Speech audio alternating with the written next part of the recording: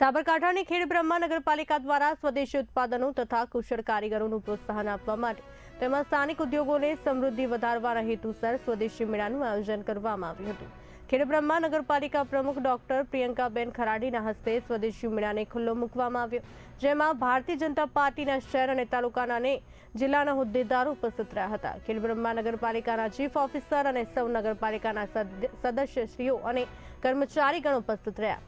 11મી માર્ચથી 17મી માર્ચ સુધી સ્વદેશી મેળાનું આયોજન કરવામાં આવેલું છે। તો ખેડબ્રહ્મા શહેર અને તાલુકાના તમામ નગરજનોને એકવાર સ્વદેશી મેળાને નિહાળવા ખેડબ્રહ્મા નગરપાલિકા પ્રમુખ દ્વારા સૂચન કરવામાં આવ્યું છે।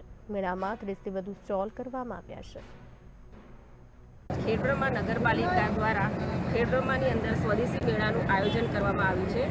આ તારીખ 11થી 17 તારીખ સુધી આ સ્વદેશી મેળો યોજાશે અને એમાં હાથ બનાવટની વસ્તુઓ છે, હસ્તકલાની બીજી વસ્તુઓ છે, પછી ખાણીપીણીના સ્ટોલ છે। આ બધા અલગ અલગ પ્રકારના સ્ટોલ આપણે 30 સ્ટોલ ઊભા કરેલા છે।